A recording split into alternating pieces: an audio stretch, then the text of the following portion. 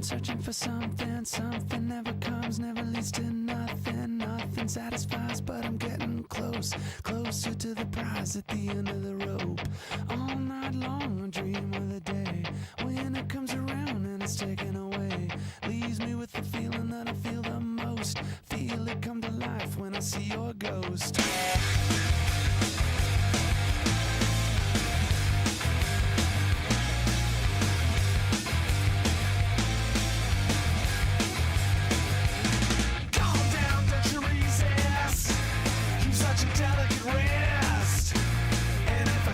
Twist, something to hold when I lose my grip. Will I find something in there to give me just what I need? Another reason to bleed.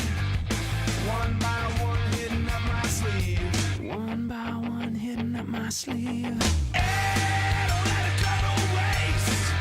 I love it, but I hate the taste. Way keeping me down.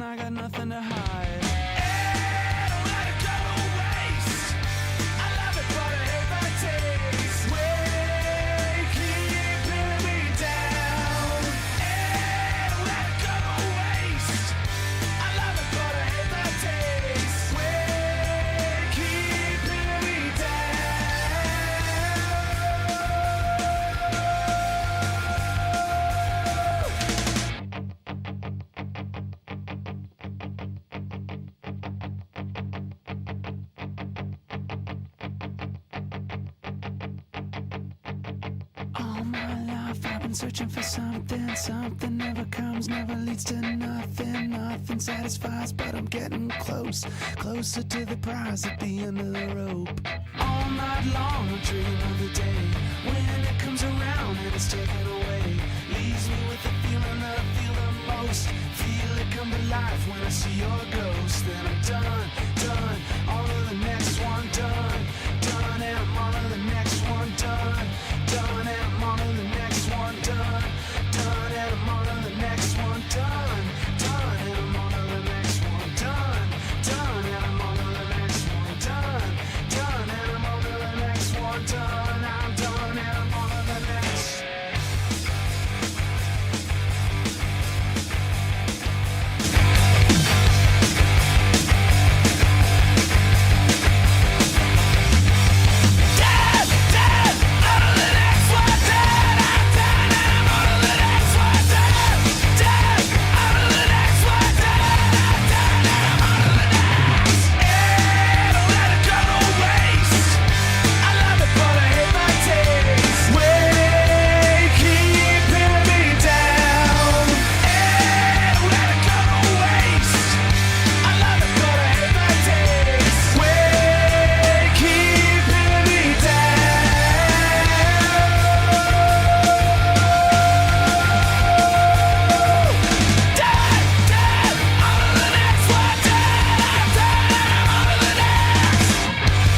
16 days. 16 days till Missouri State. I can feel it. I can smell it. I can taste it. I'm getting so excited, man. I'm daydreaming about this football team. I'm daydreaming about college football in general. And I'm dreaming for the stars right now. We're about 2 weeks out. So might as well have some fun with it before, either reality hits or our dreams are actually seen out. Let's get bold with it. It is Bold Predictions Thursday. I think it's a great time for it a couple of weeks before. With everything still on the table, fall camp is winding down, guys. I think it's like a few days left, a few practices left. Then they're getting into like season prep. They're probably prepping up for like a game simulation in Kyle Field. This is it, guys. I think the two deep is probably the initial two deep is probably getting locked in right now. Kind of gone dark from fall camp. We got some rumblings early on. We had a lot of, media at practice early on. And now the doors are kind of closing up as things start to get more solidified. The offensive line, that thing's getting hammered out right now. The interior defensive line, I think we're going to see DJ Hicks snap one. Who starts next to DJ Hicks? That's about to be hammered out right now. It is all becoming very, very real. Because of that, I want to get unreal today.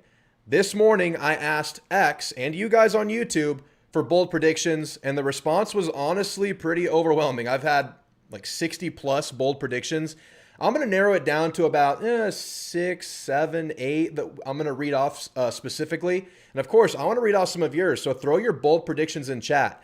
Now is not the time to be realistic. Let's keep it within the realm of possibility here. Let's not go crazy. Let's not say like we're going for 8,000 yards on offense. Let's keep it somewhat real, but let's get bold with it. Let's have some fun. I have 4 of my own, and we're rating the bold predictions today. I'm going to rate yours, and I'm going to ask you guys in chat to rank mine. And if you're watching this after the fact, comment your rating for mine out of 10. We're going to go Josh Pate style, shamelessly stealing Josh Pate's method here. We're going to go out of 10 for every Aggie bold prediction. And I see a lot of familiar faces in here that we'll be rating. I have 4 bold predictions that I'm very, very proud of. And I tried to keep them from going too bold. I think I'm trying to keep mine to where they could hit. Like I didn't go crazy. I think my 4th one is probably my wildest one. Y'all are going to tell me, and everyone in chat here, I hope you guys participate because I see the people I love. King Domino, what's up, man? Noble guy. Good to see you, man. Jeb, good to see you as usual. Tyler in the house. Jonathan Ortiz. James Ellis saying 11-1. That's enough said. That's your bold prediction right there. We're running it back. We're running back the 11-1 record. I love it. Last year, my guess was 11-1 with a loss to Sanford. I was right, but I was also wrong. Very right, but very wrong, Jonathan. I love it, man. I would take that. I would take that season in a heartbeat. Citadel, loss, beat OU, beat Texas. I would love that. I had a nice back and forth with ChatGPT on why Holman Wiggins is going to be a better play caller than Colin Klein. That's a bold prediction I expect to hear. That's a bold prediction that I have actually thrown out there on X. I don't know if I'm fully bought into it. I don't know if I fully, truly believe it because it's still a year one. But there's meat on the bone with this offense. It's can he design plays to the level that Colin Klein did? I think Colin Klein had a pretty good arsenal. It was the usage in games that was a little bit, I think left a little bit to be desired. I can't hate too much on Klein. I think the offense was pretty damn good last year. But I think to get this team over the top, there are a couple more things that could be implemented. And Holman, I think he's going to have the Klein playbook right in front of him and just kind of build outward from that. Maybe tailor make this thing a little bit to our established quarterback and see how that does for the team this year. What else are you guys saying? LSU is being a bit overrated, says Jesus and Cowboys. Look, there's some upside there, man. You can't deny it, but there's also so much new there in a year one. I think if you're saying like the championship or bust or like the playoff wins or bust crowd, I think that's probably overrating it. I think LSU is fair to have playoff aspirations right now, but I don't know about being like this contender. I think they were ranked pretty fairly in the coaches and AP, but we'll see, man. That's going to be a huge test. That's a pivotal game. I dropped my schedule breakdown this morning, and I think that first month leading into LSU for A&M, I mean, that is obviously a big month, starting the season off on the right foot. But that LSU game coming in week 4, that's massive for the team and getting set off on the right foot. Tyler says, we're going 11-1 and losing to USC. That is a trendy upset pick. I've been seeing that out there amongst Aggies. And I understand it, man. They still have the guy that broke our hearts in Lenora Sellers. I mean, Dylan Stewart does amazing things on the football field. Who's like as big and fast as Nick Harbor out there? It's just insane to watch him play. What happens around them? Where's that offensive line? The placement in the schedule is tough, Tyler, for sure. Peter with a bold prediction. Maybe we have our first 1K receiver in 10 years. Peter, say it with your chest. We could do it. We will have our first 1K receiver in 10 years. Was that Josh Reynolds? Was that Christian Kirk? It was Reynolds, right? That's a good bold prediction, man. I mean, there's talent out there. It's just there's a lot of talent out there. Like, how much are they going to share the rock? You had one of the best receivers in the country in KC last year, and he got 900 plus. But that's because Craver ate up 900 yards himself in a pretty damn good receiver year last year. But, dude, if this thing could take the next step, maybe you get a 1,000-yard receiver, maybe you get an 800, maybe you get a couple 600s, and maybe you can have it that way, Peter. I like it. Jonathan's just going to say LSU's overrated. I love it. Who else is in here? E-Bone Capone, good to see you. Howdy, we'll see a top 10 defense and a return to the CFP. That's a pretty good one right there, man. That is a pretty good one. I think there's a really good chance that this defense is one of the better iterations of the Aggie defense we have seen. Who else is in here today? Kelly Clark, great to see you. I just see a bunch of familiar faces. Randy Trujillo, 10-2. I don't think that's that bold, man. That's a good record prediction right there. That's a reasonable one. Wiggins better not be a 6.5 out of 10 take. I'm going quickly through these. We'll go to the rating the takes here in just a second as the next segment. And I hope you guys call in. The call-in link is pinned in the chat. Click that. I hope to hear your bold predictions over the phone lines today. Even if you've called in recently, I just want to hear a bold prediction from you guys, and I will rate your prediction.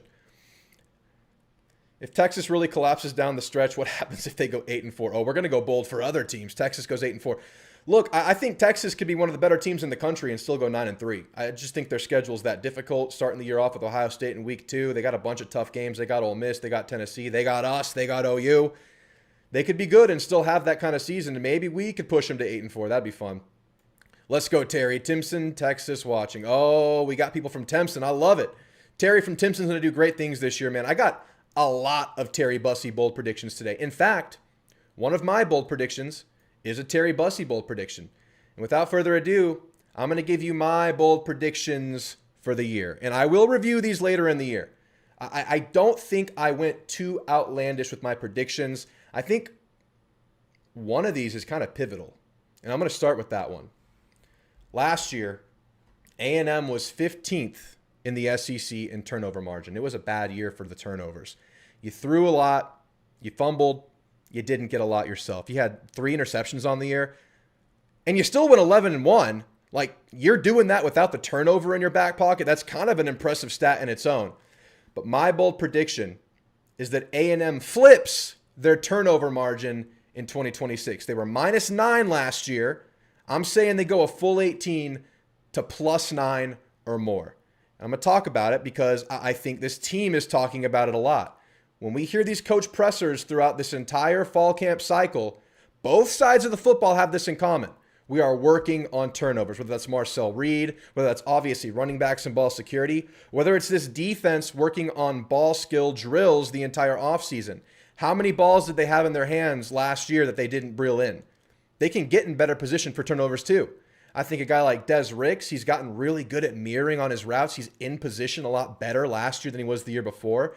What's the next step for Des Ricks? Marcus Radcliffe had a team-high 3 drops on defense. He could reel all those in. They were all in his hands. I mean, just taking some at the margin and then leveling up in your overall coverage. You know, the pressure out there could help. I think you could have a pretty good pass rush this year. I am calling on A&M to flip the turnover margin from -9 to +9 or better. Y'all gotta rate these. What do y'all rate this one? I'm gonna give this one. I don't think this is too bold. I really don't. I don't think this is too much to ask. I'm gonna give myself an 8 out of 10. I'm not gonna go crazy with it. I think that's still a lot to flip, like to go from a team that wasn't great at forcing turnovers to being a turnover heavy team. Last year, the SEC leader was +14, so this would be in the upper echelon of the SEC. Can A&M flirt with that? Can A&M get close to 14? I think so. My second bold prediction.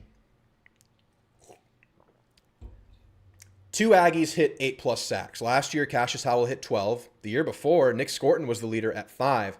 I think A&M gets 2 with 8+, and one of those gets 10+.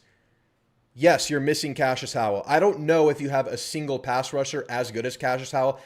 You might have 2. It is entirely possible that you have 2 players that have the pass rush ability that Cashius Howell had last year. I cannot write that off right now, knowing Anto Saka and Marco Jones exist on this defense. But I think having 2, even if they're not both quite as good as Cashius Howell in this department, the leverage of having one at either side of the line of scrimmage on passing downs and then bringing in whatever extra stand-up linebacker, whatever extra stand-up blitzer you have out there, the ability of this secondary to maybe be trusted a little bit more, to bring more players to the line of scrimmage, maybe more trust to zero blitz this year. I know Elko is not a big zero blitz guy.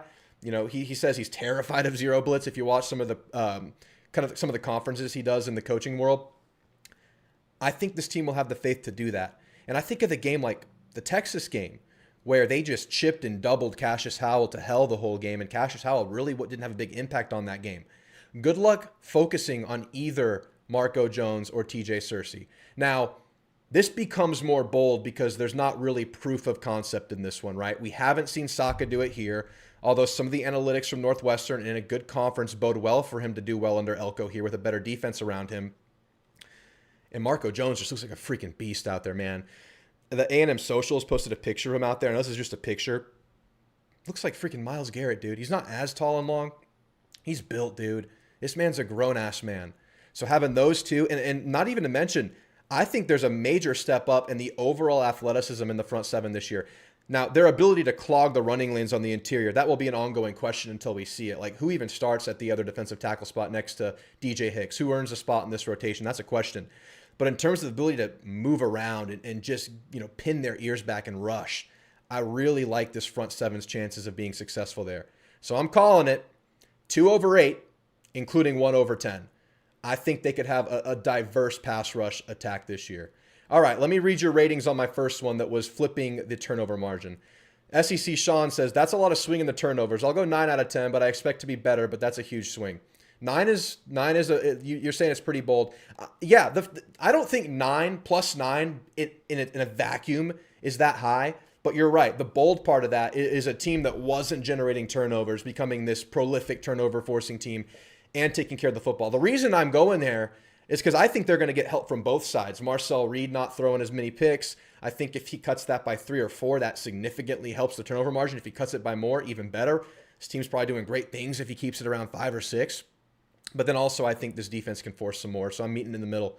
Grounded Turbo says 7 out of 10. Noble Guy says 6-9 out of 10. I like it, Noble. I too like 10 and 2. You like the 10 and 2, Gary. Good to see you, man. 8 out of 10 says Sad Dolphins fan. I like it. All right, and on my second take, SEC Sean says 7 out of 10. Saka and Jones will wreck this year. I just love the athleticism up there. I love having multiple. Noble Guy says 8.8 out of 10. I love it. All right, I got more. I got 2 more for y'all of my own. We're going Terry Bussey here, man. I had to throw a Terry Bussey hot take, a Terry Bussey bold prediction because of everything we're hearing. And I got a lot of he leads us in total yards outside of quarterback. I got a lot of he's a 1,000-yard receiver. But I'm going to get crazy with it. Terry Bussey scores a receiving touchdown, a rushing touchdown, a kick return touchdown, and a passing touchdown. He's getting all 4 ways you can score on the offensive or special team side of football. And if he was playing defense, I'd throw a 5th one out there.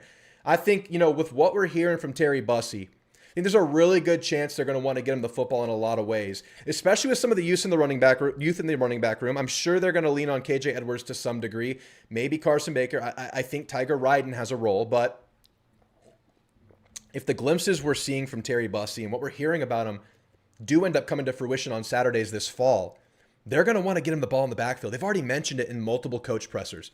He's already returned kicks for this team. He had one called back against Notre Dame. I freaked out here on the watch party, and then, the holding call, but A&M still got it. I think he might return punts this year. I think he might be just get him the ball in as many ways as possible because we have this receiver room with so many options. Get this playmaker the ball. And if you watch him at Timpson, just an elite ball carrier, just could do so many things. Shifty, strong, fast. He could do it all. So the one that's going to be tough here, obviously kick returns, you never know. And I'm looking at special teams this year. I feel like overall special teams has a chance to take a big step forward. The one area I don't know is how do you recreate what KC did in the return game? I think Bussey's that guy. That's my opinion. And now they could have Craver returning punts. They could have, KJ Edwards returning punts. Who knows? I'm calling on Bussey to do that. The passing one's going to be difficult. They got to be willing to do it. And I will stand on this. I believe there was an option for Terry Bussey to throw in that Notre Dame game last year. I think he just bailed on it because he's a smart player, didn't see what he wanted, and just kind of ran the ball out of bounds behind the line of scrimmage, like a yard behind the line of scrimmage, cut his losses. You look at Malachi Toney for Miami, and just to keep the opposing defense honest, they would just run it once a game or so, maybe, just every couple of games at least. I don't know why you wouldn't try it. High school quarterback. If they're selling out to stop Bussey or they're reading the run or whatever it might be for Bussey, might as well let them try one. So I'm going all 4 for Terry Bussey. receiving, rushing, returning, and passing. All right. I see y'all are saying it's pretty bold. 10 out of 10. That should give him the Heisman. 9 out of 10. Bussey takes, says sad Dolphins fan. All Terry needs is the ball, says Joshua. I love it. 10 out of 10, Terry Bussey take. He's in the Heisman conversation at that point. Oh, we went wild here, huh? 9.25 out of 10. I had to get crazy, and I don't think it's the craziest one yet. Because y'all already mentioned Holman-Wiggins. I'm making a Holman-Wiggins take. I'm making it kind of black or white here. I think, is he better than Colin Klein? That could be subjective unless the numbers just blow away last year. And you could also say, okay, Marcel Reed just improved. Holman-Wiggins is in head coaching conversations this next offseason because of what he did here, his track record of putting players into the league, his recruiting chops, and just everything he is as a coach. The Nick Saban tree, learned under Sark, learned under Elko. My bold prediction is that Holman-Wiggins is in head coaching talks. So what has to happen for that to happen? I think Marcel Reed has to take that step, the big step. Not just okay, he's better, we're not turning the ball over as much. This one probably entails maybe the Terry Bussey one coming to fruition, Marcel Reed in the Heisman conversation, 1,000-yard receiver, 1,000-yard rusher. This offense just hits in a year where you're switching coordinators to a guy who's never called a play in his life, at least in a college game. And he just takes this offense and absolutely transforms it. Because the talent evaluation, the development side's there, the CEO stuff, that's new to any coach that takes a head coaching job for the first time. But Holman-Wiggins, he could get a G5 coaching job if everything goes right. So y'all rate this one. Noble guy, this is the toughest one yet, huh? 9.8 out of 10. Bradley says 7 out of 10, only because I don't want him to leave. Yeah, I got you. Okay, so y'all are saying it's not so bold. Sad Dolphins fan says 8.5 out of 10. Dead Messenger says 2 out of 10 for the Terry Bussey one. I love that. It's going to happen. It's going to happen. Could be another November collapse from the OC being poached. Don't go there. Don't you say that, Tyler. All right. Those are my 4 bold predictions.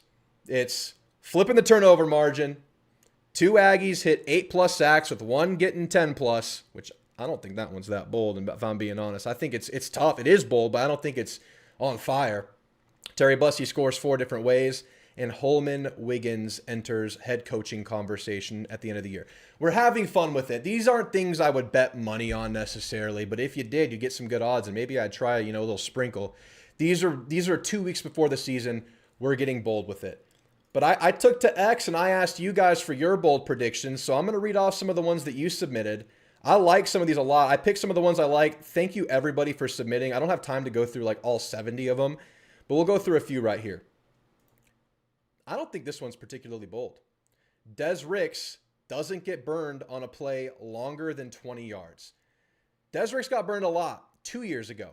I don't think Des Ricks had this reputation for being burned over and over again last year. Do you guys? I don't think A&M's defense had this reputation of just being gashed in the air. They were 16th in pass defense last year, up from 100+ in the rating in 2024. If you're thinking of 2024 Des Ricks, yes, this is a problem. But I think if Des Ricks just takes that modest step from last year, he took a pretty big step from 24 to 25, because I think of the late season stuff from Des Ricks last year, South Carolina, Auburn, there was disasters happening. But I think he was just in much better position last year. And every time there was a reception on him, it felt like he was there to make a play. And maybe he didn't every time, but I just felt like his mirroring was really stepped up.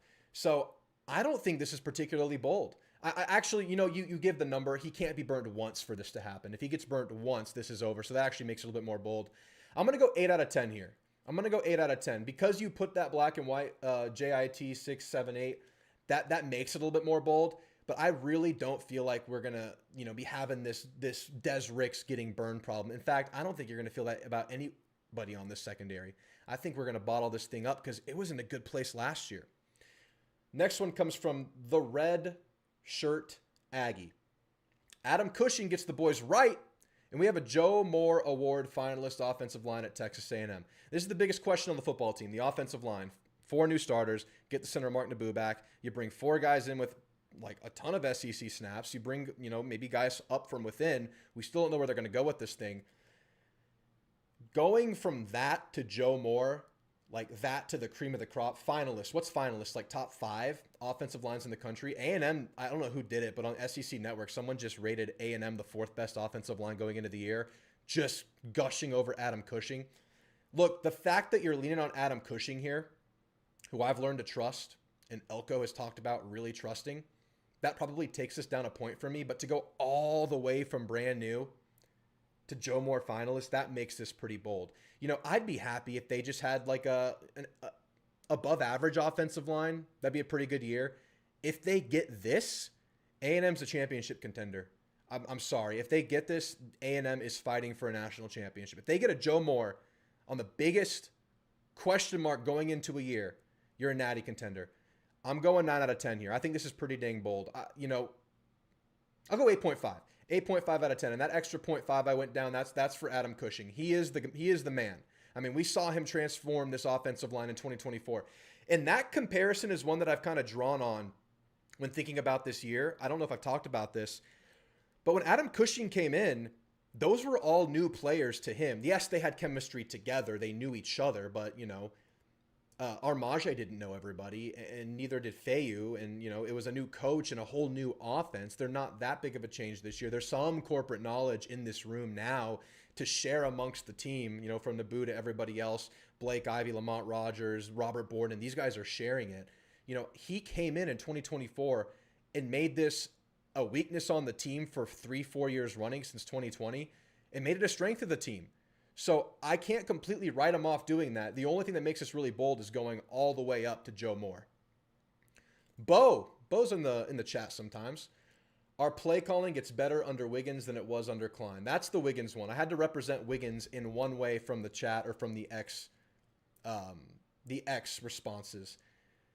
That's pretty black and white. Like, is he just better than Klein? But it's going to be hard to determine it. It's going to be really hard to determine that because Marcel Reed takes a step forward. Was that Wiggins, or was that just Reed stepping forward? Was that this receiver room? I think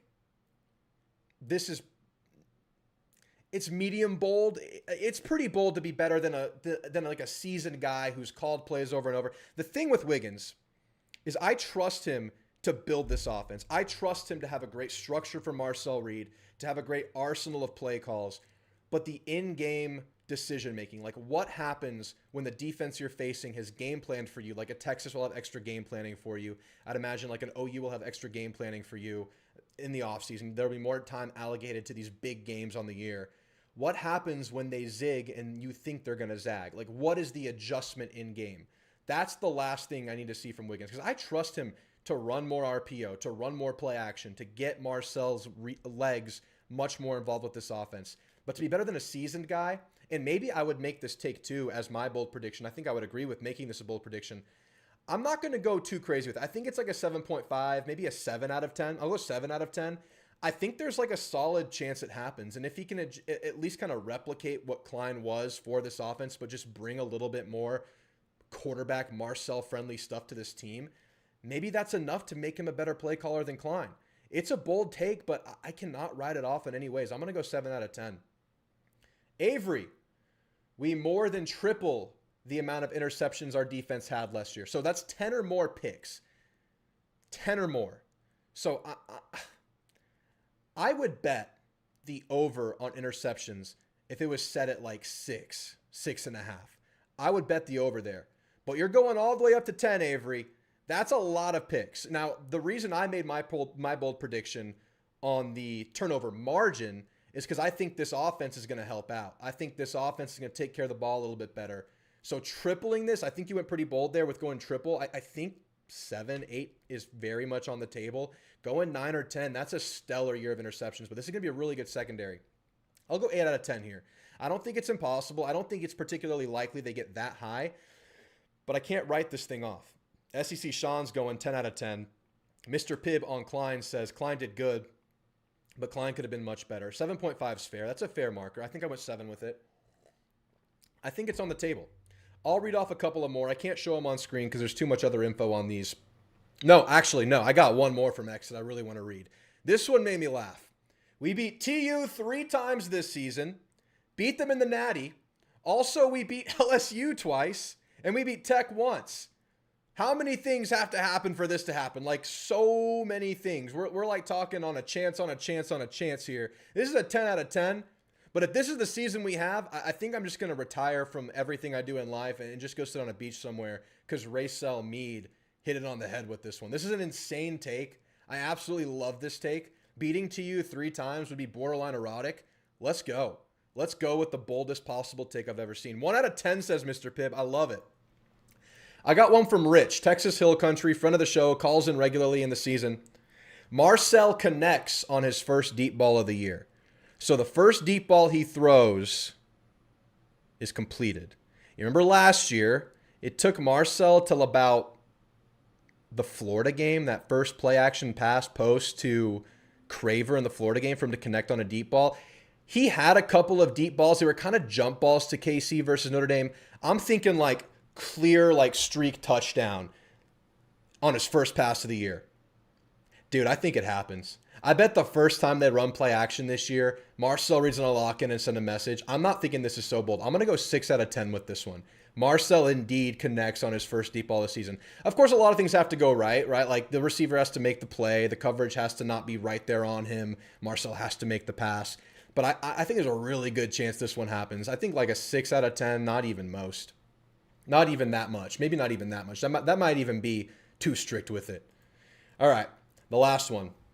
Marcel Reed accounts for 4,500 yards this year. This one from Rocket Kitten, another friend of the channel, in the regular season. Last year, he was about 3,500 yards, so he eclipses that by 1,000.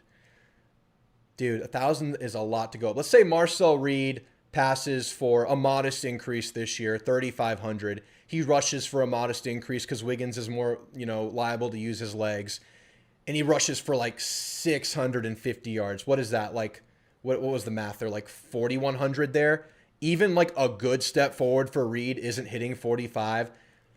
That is Reed going like Heisman mode right there. 45 all-purpose. He goes 3,800 in the air and he goes 700 or whatever the math is, 700 on the ground. That'd be an insane Marcel year. And that's another A&M is fighting for a championship kind of season.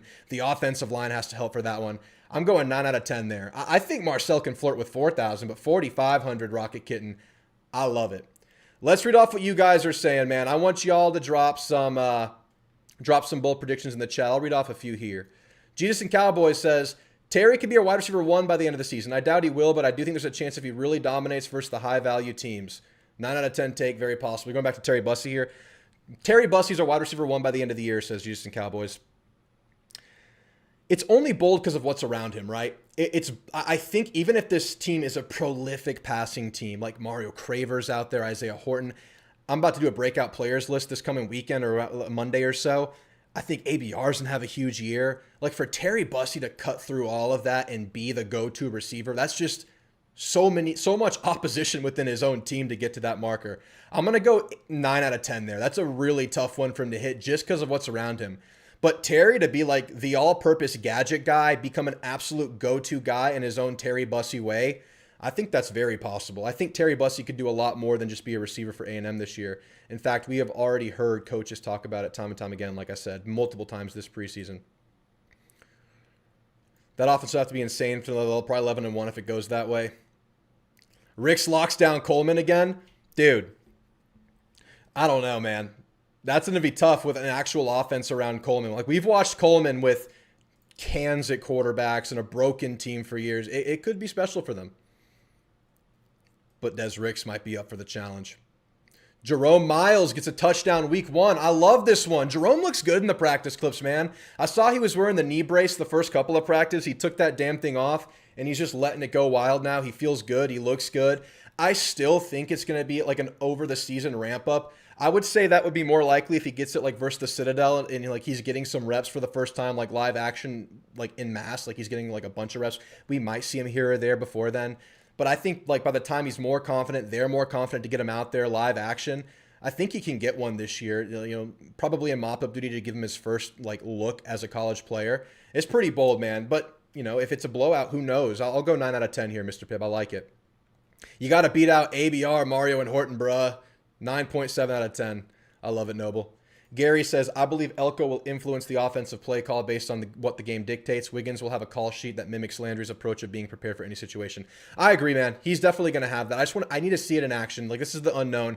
Like, he's been part of game planning, Gary, under Sark, under Saban, now under Elko these last few years, O'Brien. Like, he's done it under a lot of prolific play callers who have coached a lot of offensive football in their lives. He's been brought up through the best possible systems to be where he is now. I trust him to have everything ready. It's just in the action. I want to see it.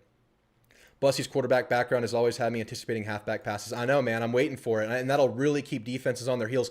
Even if you just show it every now and then, just to have that on tape, man, it could be huge. Dane says, KJ Edwards at least 700 scrimmage yards. Ooh. So, like, that's a freshman breakout year. I think Ruben Owens kind of flirted with that. Less around him in his freshman year did Ruben Owens. 700, man. I think KJ has a role this year. I think 700 is like the upper edge of possible. I'll go 8.5. I don't think it's impossible. I think if he has like a breakout freshman year, he becomes like one of the tandem. Like, you see a steady dose of Ruben and Morrow and Edwards. We've seen this running back room go 3, 4, 5 deep. If they kind of cut it to 3-ish and like riding for the short yard stuff, I can't say it's impossible. KJ will be our Morrow this year. He could be a little bit step above that with the room not having as many vets and be a little bit more wide open on the tail end of it. I could see it happening. All right, guys. I see a bunch of callers waiting. We're going to get right to the calls. I would love to hear some bold predictions over the phone, but you know the rules. Wherever you want to take it, we'll go. But before we get into the calls, quick word about our partner for the season, Kelly Wolf Injury Attorneys, brand new sponsor to the show. We're very grateful to have them. You might have seen the announcement on it on X. You might have caught the ad read in the show this morning. Travis Kelly, Colin Wolf, they're based out of Austin, Texas. Travis is a fellow Aggie.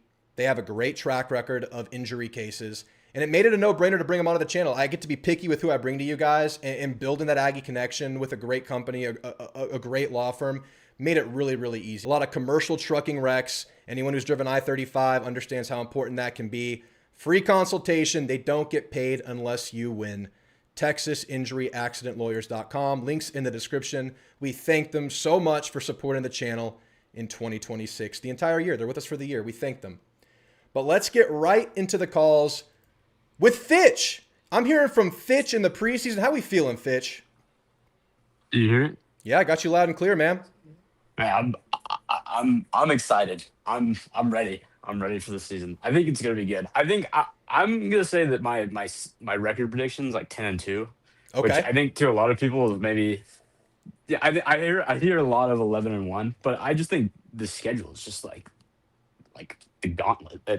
Not excited about it, but Yeah. you know, it is what it is. But Well, I think 10-2 would be a good record. Dude, 10-2 with this schedule and the way November ends, I think that would be like fantastic year. I mean, I would have taken 10-2 last year and felt good about it. So, I mean, how you feeling about the team? You got any bold predictions? Like, what gets you to 10-2? Because, you know, you talked about the schedule. You got LSU early. You get Bama kind of late October. And then this November just hits you every single week.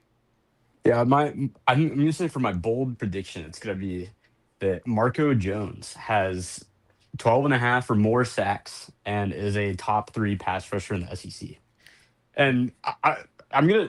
This is kind of a funny way to back this up, but he's seen a little bit of playing time on the field. But last year when I went to the Samford game, and I know it's Samford, but there was one play where the running back like broke away on a outside zone run. Yeah. And the run, it was middle later of the game. So you can take it for what it is. But he had gotten out and he was starting to get kind of more into like an open field area.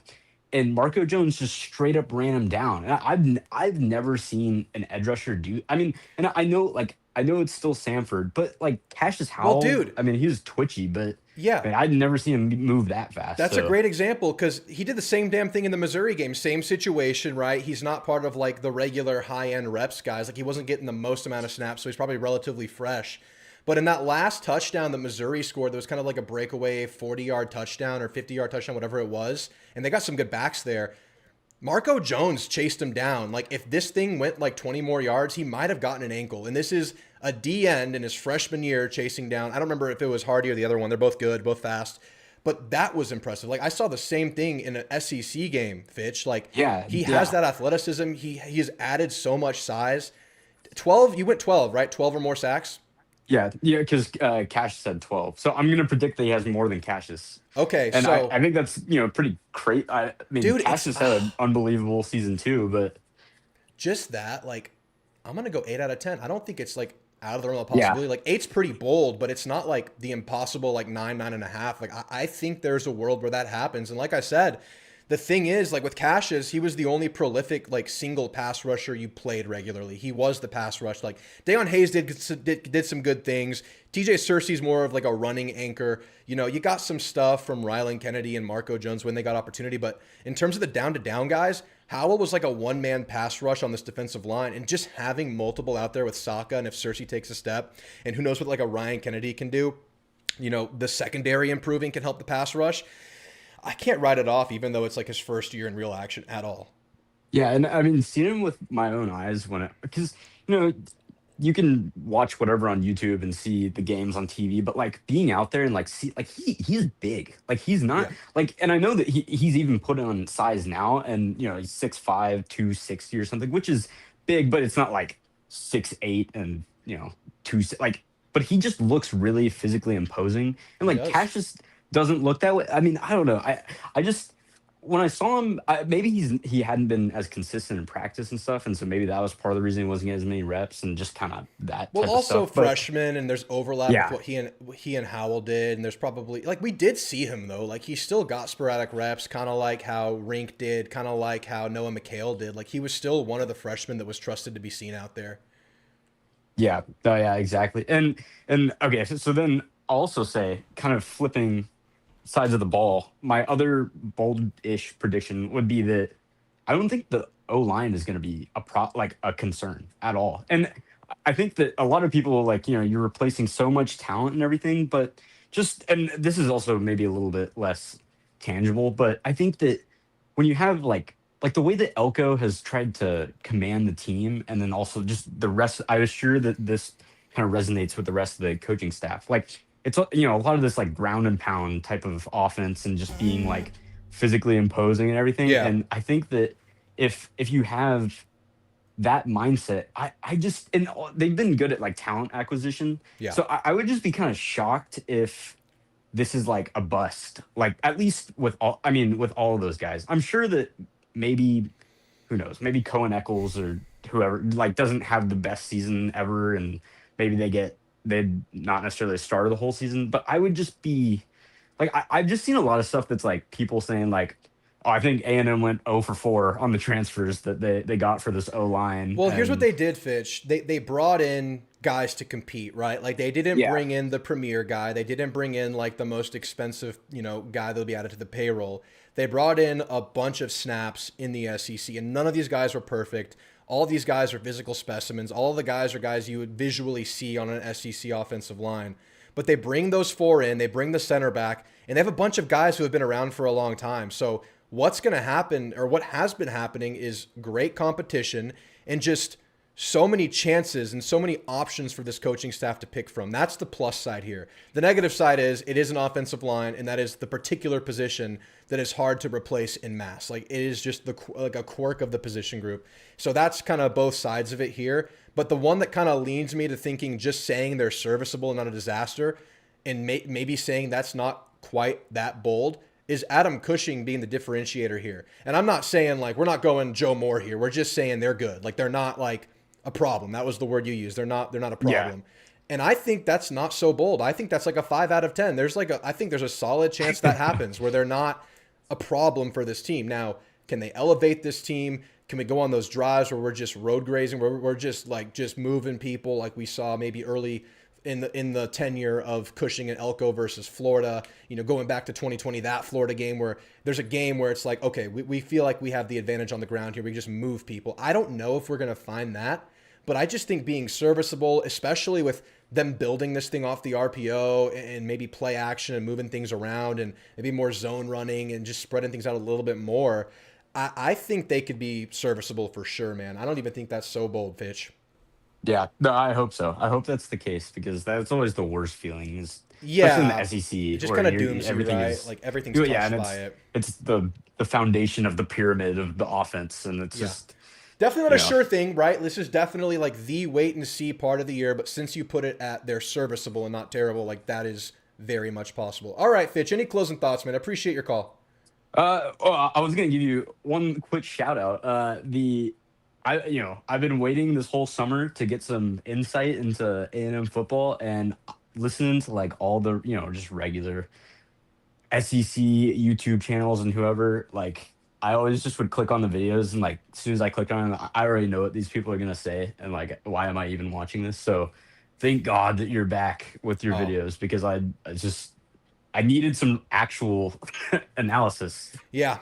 Yeah, appreciate it, man. Yeah, I try to touch more than surface level. I try to jump into things that I want to talk about or hear about. That means a lot, man. I really appreciate that. I have to take a break from it. I had to take a couple months off, but we're back, man. I Oh really yeah, no appreciate you, problem. Fitch. I'm sure I'll hear All from right. you throughout the year, man. You have a great night. Yeah, you too. I see it. Later, man. Great stuff from Fitch. I'll read off a couple more chats and we'll get into Noble's call. Gary says, you're touching on it with respect to pass rush, but one of the things I like about the Elko Moffett Cushing ER machine is the balance across the board. No one, no one really area of weakness. Yeah, man. I mean, I think the coaching around this team, the development around this team has been proven. Like we have seen that in real time. And, you can look at the amount of players they've gotten to the next level. A lot of those guys, maybe they come in and they're elevated at A&M. Cashius Howell is the best example of it. So they're bringing in the right guys, and you got to shout out the acquisition staff here. The what do they call it? The GM, isn't that, that's Garrett Miller, right? That's his name. Like bring in the right guys. Elko part of that evaluation process too, and then Moffitt developing guys, Cushing developing guys on the offensive line, Rob developing guys on the defensive line.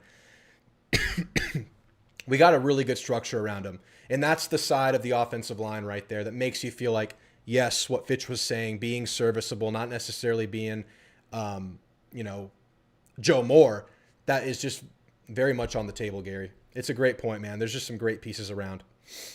The strength of this O-line is run game, just moving people. You think so? That would be amazing. If you have a foundational running game with what they have at the receiver room and what Marcel Reed can be if he takes that step and this offense is a little bit more Marcel friendly, if you have a foundational running game like you're saying, Sean, that's going to take this offense over the top. And we feel good about this defense. If we get that, a great run game offensive line, everything else is going to fall into place. The running game overall, the offensive line is my biggest question going into the year. That is the portion of the team.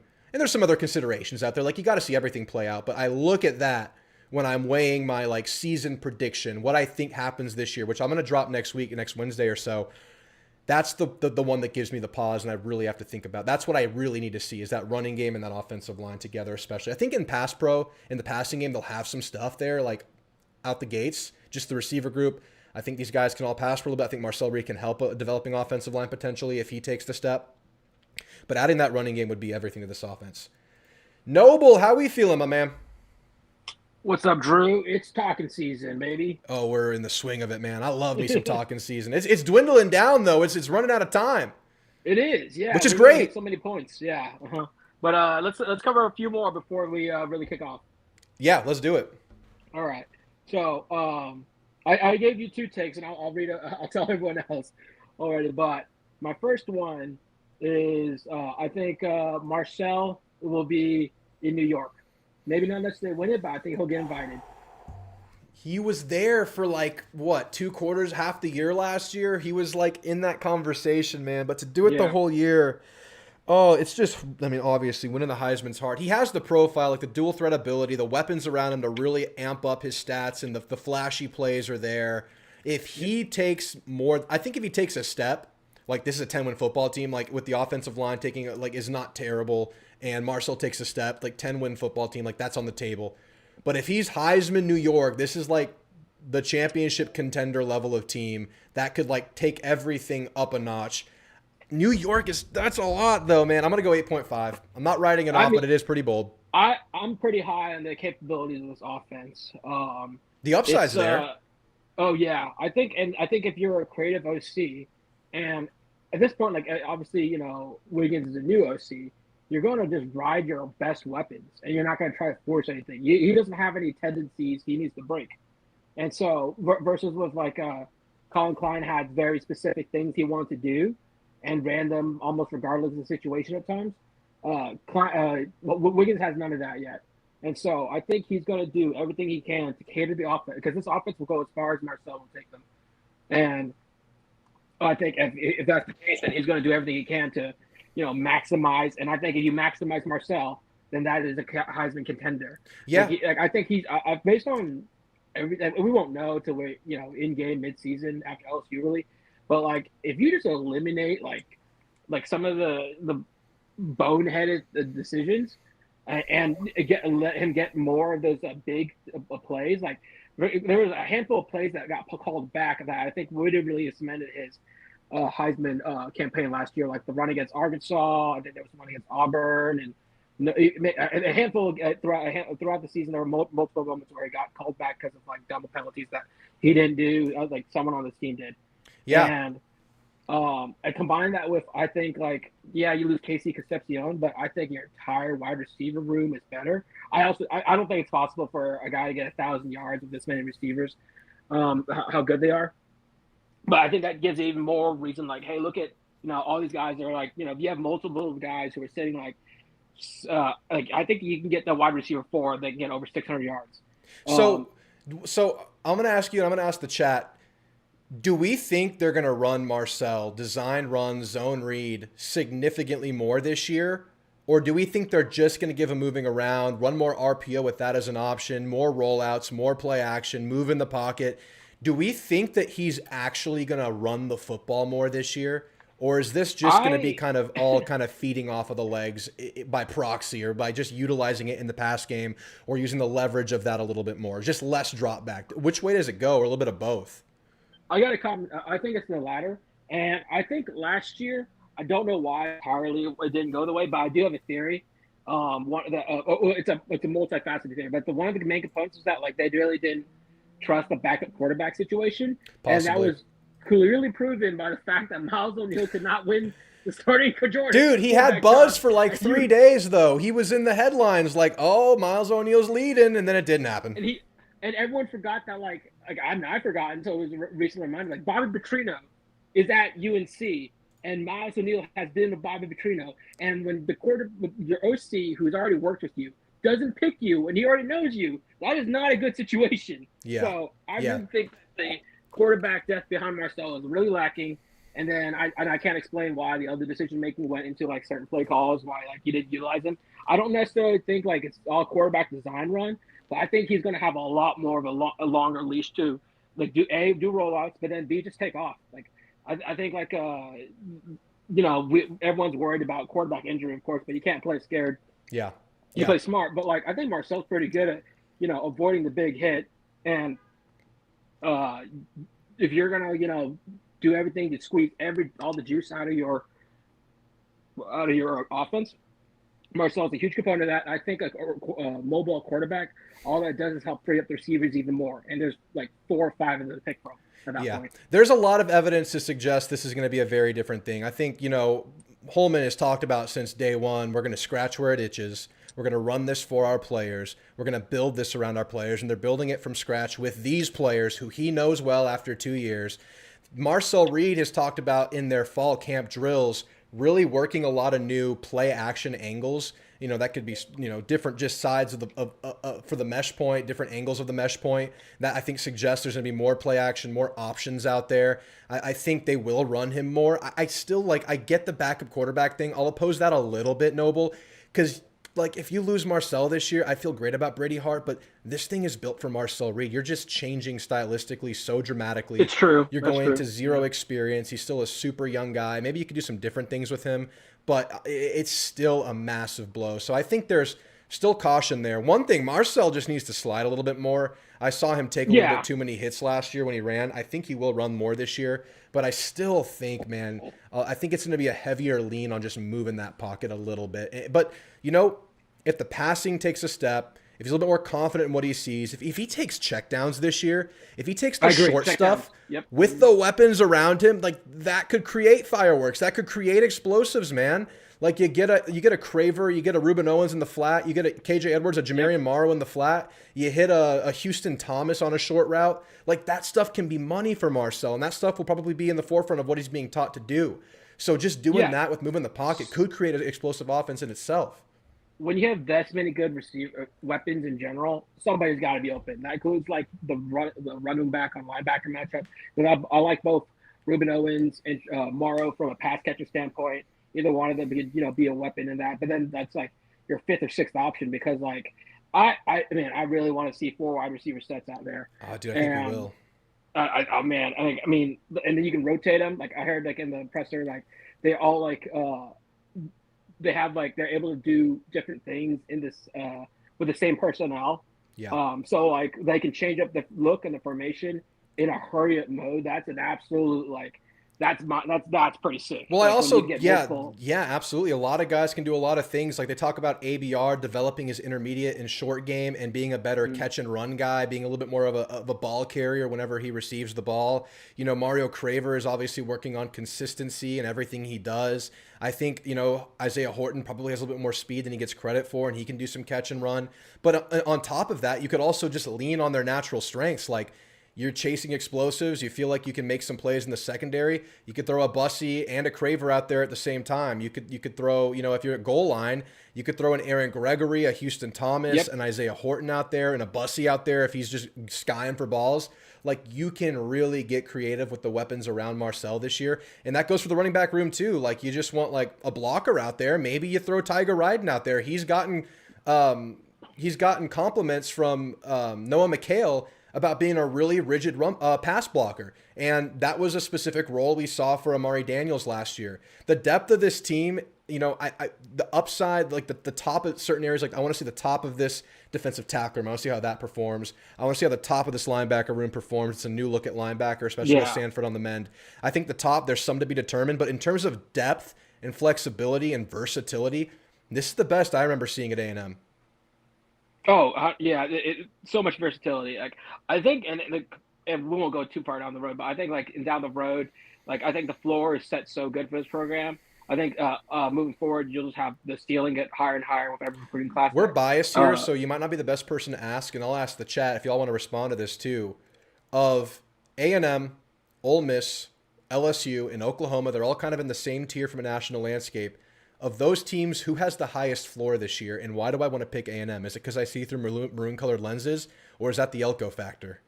No, I mean, LSU is a brand new team, so they have a lower floor by default. Oklahoma, they might compete, I think, because that defense is going to keep them so solid that it gives them a pretty high floor, but their offense is a huge variable. And then the other one is Ole Miss. Now, Ole Miss is also a very low floor as well because of a brand new coach. So two of them have new coaches. Oklahoma is the only one where like maybe. Yeah. But like if from a balanced standpoint team, you like A&M more than Oklahoma, but Oklahoma's just that loaded on defense. That's how like they're able to. Yeah, and I would say they're all comparable with the upside. I would say that's an even race right there. Like they all have sky high ceilings. I could see either of those teams cutting through this year. But I agree. I just see the stability of A&M. Of course, Venables is there for a few years now, and that defense is going to keep that team in any game. You get them in the playoffs, and you have to see that defense. It's going to be trouble. But the offense, they look to be taking steps. The offensive line is all back. They were bad in the run game last year. They didn't get it done last year, but the continuity on offense bodes well for them. But it's not a guarantee that it hits, right? Like they added Parker Livingstone. Oh, yeah. They added the one receiver from Virginia whose name escapes me. It's like they're going to be upgraded. They still have Isaiah Satenia. The running backs are a year older. Like there's a chance it does step up, but I would say they contend with A&M on the floor conversation. All right, Noble. Any closing thoughts, man? Yeah. For my last hot take, this one's a little bit more fun because of the new ruling. It's about certain players coming back from the NFL and college, which I hate. Yeah. But if it's there, then you might as well take advantage.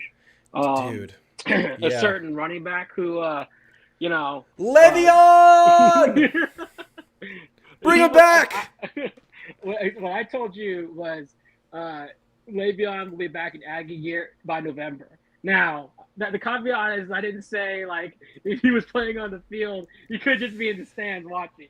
But Dude. But I mean, could you imagine the reinforcement? That'd be insane. Like he wants some payback for Texas, maybe.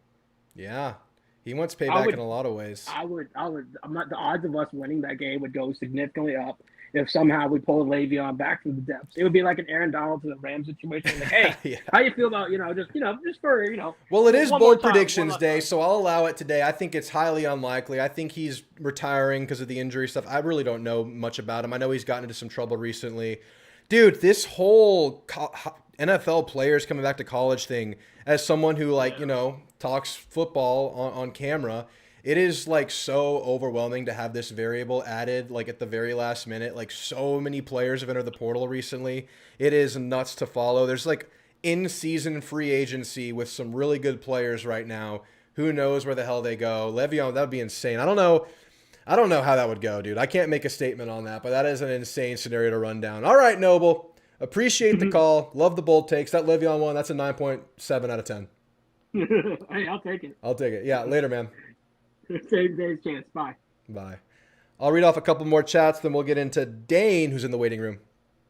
Y'all see they extended Venables today? I think that was kind of dumb. That's just the world we live in, man. I mean, coaches make the playoff. They see success. There's, like, leverage now. The agents are making deals. Like, it's just how it goes, man. People said the same thing about us with Jimbo. I mean, we had similar levels of success as they did last year. And, having gone through that, when you're on the side of it that makes the extension, it makes sense at the time. Now, whether it ages well or not, that's the whole question. But, yeah, I mean, if there's a risk of things going another direction and you feel like you have a chance for him to be the guy, you got to do it. Kalachi, you missed a bunch of fiery, bold takes. You go back later and see some insane takes. Terry Bussey is scoring touchdowns 4 different ways, receiving, rushing, kick return, and passing. That's what you missed. I bet if Moss didn't medically retire, he would return. Maybe. Based on my experience in San Diego, says Gary, high school football, I discounted A&M's early recruitment of Brandon Arrington. Reports indicate he's a diamond in the rough and has a great future. I'm so excited for Brandon Arrington, and the fact that he doesn't have to be force-fed this year, it's so good for him, learning behind Des Ricks, learning behind Julio Humphrey, Ricky Gibson, and other guys that are around. Like, maybe he's so good that he finds a way to get, like, minimal reps this year, kind of like how Noah McHale did last year. But I'm sky high on him, too. He has everything you want from the cornerback position. Just insane athleticism, Gary. Can we get Dayon Hayes back for another year? You want Dayon Hayes back? I mean, I'd take anybody. I'd take reinforcements. I don't know how the players would feel, though. I feel like there's a chemistry hurdle bringing guys back into positions that players think they've earned or probably just straight up have earned in fall camp. I feel like if you bring someone back, like they're coming back for like a rotational role, like a spell role, and maybe if things go a certain direction late in season, you could see them get some bigger reps. If I'm Elko, I'm after the 2 Ole Miss guys in the portal, the tight end and the receiver. Yeah, I saw you sending me that, Jeb. I don't know enough about it. Like, this is crazy. Like, where are they looking? What's going to happen? How do they fit in? It's nuts. Andrew K91 with a bold prediction. Dalton Brooks with 5+ interceptions this season. Dude, if Dalton adds that ball hawking ability to his physicality, this dude could be like a top 2 rounder, man. He has all the physicals you want from an NFL standpoint. It's just bringing the coverage stuff together, bringing the brain on the football field together, just honing it all in. Dalton's gifted. I got to go 9 out of 10 there, man. That's a tough one to hit, 5 for 1 player after, not a prolific pick team last year, but I'm here for it, Andrew. One of the top 2-tier SEC teams is going to have a big fall off. Oh yeah, that someone in that ranks is not going to land. It's going to happen. It's either Ole Miss, A&M's in that list. I don't want to say it. Probably not. OU, probably not. LSU. It's going to be a bloodbath in the SEC this year, man. I can't see. I mean, it's very possible it happens. It's a lot of players and variables there. Like, it could happen, but what happens if just no one falls off and everyone in the upper tiers of the SEC are just good this year? Like, what happens if there's 5, 6, 9, and 3 teams and everyone just beats up on each other? Like, who goes to the playoff? It's so freaking confusing, man. What if A&M, OU, and Texas all go 9 and 3 this year? It makes my head spin. It's nuts. What if LSU and Ole Miss also go 9 and 3? Like, what do we do? What is this 9-game SEC slate going to do to us, man? It's wild. Really praying we don't take a step back with the Lions. I'm on record. I think the D-line takes a step forward this year. That is a bold take that I'm actually riding with this year. Offensive line, it could take a step back. As long as it's not a disaster, we're fine. If it doesn't take a step back, look out for the Aggies, man. Taking a step back is rough. So many one-score games are incoming. Does your sponsor cover battered Aggie syndrome injury? I think he does. I think if you have battered Aggie syndrome, you talk to Kelly Wolf, they'll get you covered. Doesn't have to force feed yet. He's 100% going to see the field multiple times this season. You think Arrington does see the field? Okay. He's definitely going to see it in mop-up duty, like first one off the bench in mop-up duty. But last year at corner, they didn't rotate, and they had Julio Humphrey there, like an SEC vet who played at Georgia, started 10 games the year before, and he only played like 150 snaps on the year, and both Ricks and Will Lee played 400 plus, so they leaned on their guys. Now I think you will see 3. I think you'll see spelling everywhere on this team, and that goes for corner, because Ricky Gibson and Julio Humphrey are right there. Des Ricks can get a spell now. I don't know if they go from 2 to 4, though. That's the thing. I don't know if he's like in the rotation, but if they feel like this is a guy that can play now, he brings us plus football as a freshman, this will boost his development. He needs to see it now because he's going to be asked to do a lot next year. That's the path for it. Marcel eclipses 1,000 yards rushing. That's like a 8.8 out of 10. It's going to be tough. They'll be spreading the wealth this year. And they're not going to, I don't think they force feed him on the ground because they want to keep him healthy. I'll read off one more, then we'll get back into the calls. How much time do we think KJ gets this year? Dude has that home run speed. I definitely on record saying he gets into the rotation. I think he's going to be a part of this offense to some degree. And whether that's a big part or a little part will probably be determined by where it goes early in the year. I think with the way the room looks, it's Ruben at the top is by far the veteran. Morrow clearly with a role, and the room. And there's Ryden and Morrow and Carson Baker right there waiting. I think at least one of those guys breaks in. I believe this is a take, and there's been some, press conference words that'll back this up. Take that with a grain of salt. I do think Ryden gets a very particular role this year in pass pro and maybe even in short yard stuff. We will see there, though. But then KJ Edwards is the wild card here, man. Like I said, they're going to dip their toes, I think. I think they're going to test the waters here. And wherever that goes, maybe come LSU, we'll really know what the go-to is for this team. But like I said a couple of videos ago, it's like, that's such a change of pace, man. Like Ruben and Morrow have speed, but KJ has lightning. Like you throw him out there once the defense is getting the pace of the game down, you just get this lightning bug out there. Like that could be a weapon as a freshman, man. And he put on weight, man. Like he's like 197 now. There's a chance. Dane, you're on with Drew. How you feeling, Dane? How you doing, Drew? Doing great, man. My first take, or I want to say, is I feel with the O-line, I feel like Lamont Rogers is the guy to be our next superstar, kind of a Trey Zune guy, all SEC. I feel like he's going kind of under the radar. When people talk about our O-line, I always hear Form B and Tyree. But I feel like him sitting behind a year, Adam Cushing, and Tommy Moffitt, I just see a bunch of room for improvement, especially I think he gets some real good snaps this year. Yeah, I definitely think he's being slept on a little bit. I think he has a chance to be a really, really good player. Now, my take on Lamont, and that's your bold prediction, so I'll give you – I don't think it's particularly bold because I'll tell you why. I'll go like 7 out of 10. All SEC probably makes it more of like a 9 out of 10 for me, but 7 out of 10 to be like a solid player here. I think Lamont, with his size and his physicals and his athleticism, a soccer and basketball player in high school, I think it's feasible that if they feel like they have to play him, he could play guard. He is gifted, man. There's a reason he was a 5-star. He has all the measurables, all the athleticism. And my take on Lamont is that I think we see Tyree start at left tackle. I think we'll see probably Trovon Baugh or Blake Ivy at the guard. But I think Lamont is a guy that rotates in and might earn a starting spot as the year goes on. And by the end of the year, we're going into 2027 like we have a star on the offensive line. That's what I feel like is realistic with Lamont. But I like your take right there. That's a good bold prediction. Yeah, I think also with a great veteran presence around him and a couple of the younger guys, I think it's just a kind of not a matchmaking in heaven, but just a good scenario just to be in, just in general. Yeah, the competition's got to be great for him, man. Like seeing all this stuff moving around him, being part of the room for a couple of years, now seeing this, I feel like he's the kind of guy that they built this strategy for. Like get this competition in, get the other players around that really heighten him, bring experience around a guy like him, or Ivy or Borden. But that's, I think, partially what they built this for. Yeah, I wanted to say another thing. This is more of a question, but who do you think is going to fill in for that second DT spot? Either like a CJ Mims, an Angelo McCollum, a Landon Rink, or either DJ Sanders. Yeah, that is who starts game. I think all the guys you just mentioned. I think here's how I feel about the rotation. I think Hicks clearly starts, and the rotation will be Hicks, Rink, and Mims, and Angelo McCollum. And then I think you'll get a sprinkle of the rest of the room: DJ Sanders, Chase Sims. Who starts next to Hicks? I think It could really be any of the three. It could be Rink, it could be Mims, it could be Angelo McCollum, and I would not be surprised day one. My pick right now would be Mims because he is just such a veteran. He has been around for a long time. He's played a ton of college football.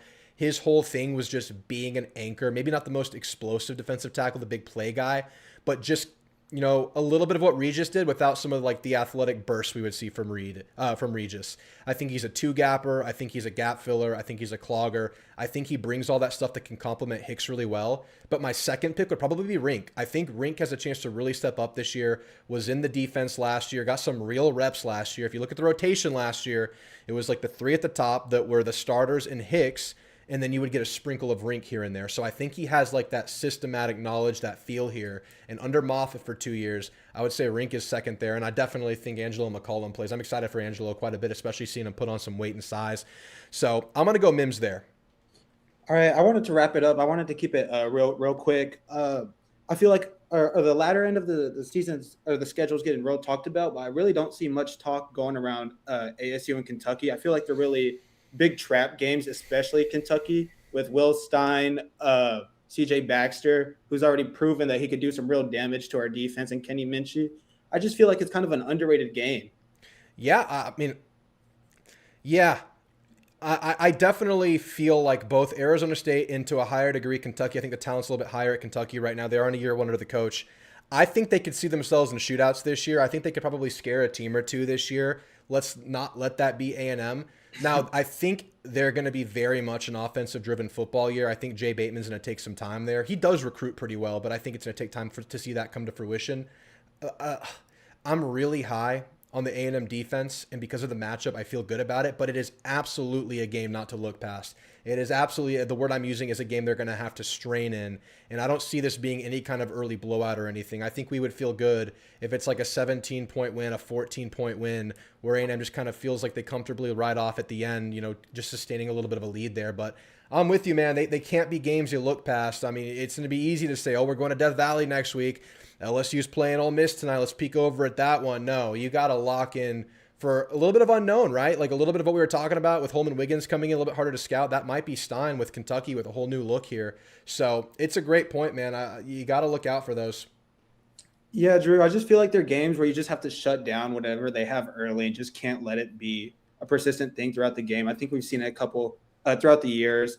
I think 2024, I think Auburn, where they in the first quarter, second quarter, where they just kept going through us, and it was just a tough game. Just avoiding upsets, a big factor, and that is exactly what you're saying. Starting fast, don't give them that light, don't crack the door, show them right away like what this is going to be. That's a great point. All right, Dane, I appreciate the call. Did you have anything else? No, thank you. You have a good night, Drew. Thank you so much for calling in, Dane. That was good stuff right there. Yeah, man, it's easy to look past those games, and you don't get the big Notre Dame game this year. You don't get the big Clemson, the big Miami spot, but there's still challenges. You know, feel like A&M is further along on the continuity department, obviously the talent department. You get both at home, that all bodes well. But those are exactly like what you would consider like a sleepy spot. They're early in the year. You have everything alive. Everyone's excited. We will see what happens. I feel good, though. Jay Paul, how you feeling, man? Yo, Jay, you with me? Oh, Jay's not with me. Jay, if you're hearing this on the show, I'm trying to get you on. Turn on your call-in audio, and I'll get you on in a few minutes. All right, we'll bring Jay back on the stage in a second. I'll read off some chats while we're waiting. I see you guys are chatting heavy. Appreciate it, guys. Jeb says Owens, Craver, Saka, Brooks, Radcliffe, Naboo, Houston Thomas, Formby, Sanford, Coney, Horton, Hicks, Riggs, Gibson could all be drafted this year. So how many is that? That's 1, 2, 3, 4, 5, 6, 7, 8, 9, 10, 11, 12, 13. 13 possible draftees right there. Probably not going to get all 13. If you get back to 8, man, after losing 10 the year before, like the recruiting profile of A&M, just how enticing it'll be to come here and say, hey, you will get developed and put into the league. I agree, man. They're all candidates. Things have to go right for all of them, and most of those guys can come back another year thanks for the 5 for 5. But there are some candidates out there, and most people won't see that after A&M just lost 10. Rogers needs to start somewhere on the O-line. We'll see, man. I think it takes time over the year, but I could see it happen, as I said. Drake says 12-0 SEC champs. I'm here for it, man. I'm here. Our ex-defensive coordinator, Bateman's with Kentucky. Dude, really quirky thing. Cutter Boley, That's his name, right? Kentucky's former quarterback. He'll be the quarterback for Arizona State. Kenny Minchie, now the quarterback of Kentucky. He was the backup quarterback for Notre Dame last year. Arizona State's former quarterback, Levitt, we'll be playing him in week 4 this year. Just like a little quarterback dance in the early season this year. Kind of fun. All right. We'll bring in Jay Paul one more time. Jay, you with me? I think so, Puppy. You got me? I got you loud and clear, man. How we feeling, Jay? It's good to hear from you, man. Did you have a good off season? Ooh, man, it's been a busy one. I'm pulling into Seguin right now. Apparently, their cell ain't all that great out here, but checking the boy in, and we'll be ready to go tomorrow. But I'll tell you what, we got a symptom came a little early. I don't know if you ever been to the Burnt Bean over here. Dude, everyone's telling me about Burnt Bean Barbecue in Seguin. Did you go? No, I seen them over there. This will be the first time. You know, I'm kind of a barbecue connoisseur. You know, I smoke some meat myself, no diddy, but you know, I'm Thanks for throwing the no diddy. Yeah. I needed to hear that, dude. I've heard that Burnt Bean is like best in Texas. I've I heard know. like amazing things. I've you know, I'm hesitant to build up those expectations, to be honest with you. Just like a football season, right? Yeah, exactly. Well, how you feeling, man? How you feeling? Oh man, I tell you what, you know, I'm just, you know what, I'm just curious more than anything, to be honest with you. I want to see how this plays out. You know, I thought Elko. I don't know if I would have made that moves. I think he, you know, he's playing or guided more by his heart than anything, and promoting 2 guys for coordinator. But we'll see how it works out. I mean, you know, his judgment has been fine so far. So yeah. I mean, see, I don't get the feeling that Elko's a guy that would lead with his heart, though, man. Doesn't he seem like a tactical thinker more than anything? It doesn't seem like he would make the emotional decision to me, which, of course, there's a risk, right? Like internal promotion, first-time play caller, of course there's a risk, but I'd be hard-pressed to say Elko makes decisions with his heart entirely. I mean, you tell me, I'd pose this to anyone. Who's the last time anyone had a successful coordinator at a P4 that they promoted internally? You tell me. Yeah, that's what I'm saying. I just don't know. I just wouldn't be able to give you that information if there's a name out there. Right, that's what I'm saying, because it's really rare too. You know, it doesn't. It's pretty rare for that to happen. Is it? I wouldn't know. Okay. But anyway, man, we'll see. I'm intrigued. You know, I think. What are we doing here? Bold prediction? Or yeah, hot what's your takes, bold or what prediction? Yeah, give me a hot take. Give me something smoking like your brisket. Dude. Dude, I came out with the super hot one last year. I don't know if you remember that one. Well, what was it? Remind me. That we might see Reed get replaced, not because of injury. Ooh, yeah, that didn't happen. You know what? And I'm glad I was wrong, but there's a world where that happens last year. You know, if those games are maybe in the middle of the season. I mean, that was 10 quarters we saw of some of the worst quarterbacking we've seen in a long time. Yeah, I mean, I'll keep saying that Miami game was a weird circumstance, man. Neither quarterback could do anything in that game, but the Texas game was truly a very tough game to watch. But I mean, that's not how it happened, though. That's not what we saw. I don't think they had the backup to justify that anyway. So I actually disagree. I don't think that would have happened. I don't think there's like a guy you throw out there and just say, hey, good luck, go get it done after what we saw early in the year. I don't think that happens. Yeah. I don't know, man. I think in a different world, if you had like this transfer come in like an insurance policy guy, sure, it's a different conversation. But I wouldn't have seen that last year. Probably not. I'm just saying, you know, in a world where we had brought in a transfer and those games happen in the middle of the year. Yeah. I mean, it's a world where that happens last year. Well, what you got for this year? Man, I think we're going to see more of. I don't want to say it like this, but I don't think he's going to meddle. But I think we'll see Elko more involved. I think we're going to rush a lot more than people think we are. So I think last year, we have like 2,300 yards total. Yeah.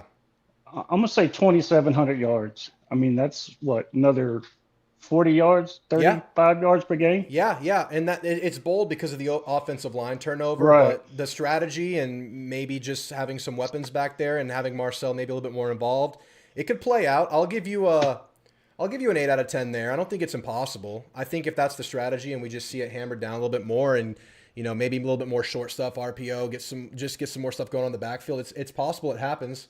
It's not impossible. Yeah, I'm not going to get into the whole. I mean, the whole Klein, what he did, and it's been beaten to death, right? I mean, he Yeah. did good things, but there was a lot to be desired, Yeah. That's a great way to and put it. I want to see what you remember the LSU game, where obviously Marcel had a big run. What Klein did, he gave him a little escape hatch out the side. Yeah. I don't understand why he went away from that. Yeah. I mean, Yeah. because he doesn't bring guys in the flat that much. He's all about the max protect, but Well, that could have just been. I mean, he probably could have tried it more, but I think that was specific to LSU's weak points, and that was just uh, containing the quarterback and just leveraging the whole field. I think they got themselves out of leverage consistently as a defense last year, and I'm actually like, this is, I guess, a hot take. I'm surprised they went back to Blake Baker. I guess they wanted the consistency, but that's 2 years in a row where just quarterback run had their defense in shambles. yeah, and it wasn't just us. Yeah, exactly. Remember Bama in 24 just running all over him? Yeah. Hey, I'm cool with it though, man. Yeah, I don't think the guys, Yeah, they lose a lot. They bring guys in, but I don't know. We'll see how they're. Yeah. I'm not as high on LSU as some of these pundits are that I've listened to here, but Yeah. I don't know. Here's another hot take or whatever you want to call it, bold prediction. I think we're going to see at least one 9-3 team in the SEC championship. Yeah, I think I really like that one. I think they're going to beat up on each other a lot. I just think head-to-head's going to come into play quite a bit. Honestly, like, I don't find it particularly bold. I'll go like a 6.5 out of 10. I think there's a really good chance that happens, just getting the extra game in conference. And I think we're going to it's possible we see a 9-3 team in the SEC in the playoff. I think there's a chance that happens. I think it's also bold to say, but I think there's a world where that could happen. Well, I mean, we would have had what? We would have been 9-3 our first, or in 20 Elko's first year, Yeah, right? in the SEC championship, if you in one of those last 3 Yeah. games. Yep. Yeah, so probably not too bold, but yeah, I mean, honestly, I think Sankey kind of got bullied into this whole 9-game Yeah, stuff. man. I don't like it, but it is what it is. Kind of caved. I think maybe anticipating a playoff expansion that didn't happen. Maybe that was just a little bait and switch. Who knows, man? It does put the SEC in a tough spot. I'll enjoy the regular season games, of course, but you're absolutely right. Yeah, I mean, if it's a money concern, I don't see. I mean, obviously, the playoffs is where you're going to get the most capital, right? I don't know. Man, I don't know. I don't know. I don't know. I'm not behind the scenes, obviously. Yes, anyway, man, I'm gonna get into some brisket here, but I just want to holler at you and say what's up, Drewski. Sounds good, man. I guess we'll talk soon. Have a good night, Jay. All right, take care. Later, man. All right, we'll take a couple more calls and we'll call it a night. I'll read off a couple more chats. I'm going to pull that call-in link out of the chat. If I can click the freaking button. LSU, Death Valley. Oh, you mean Kyle Field East. Let's make that so, again, a chance to win back-to-back there.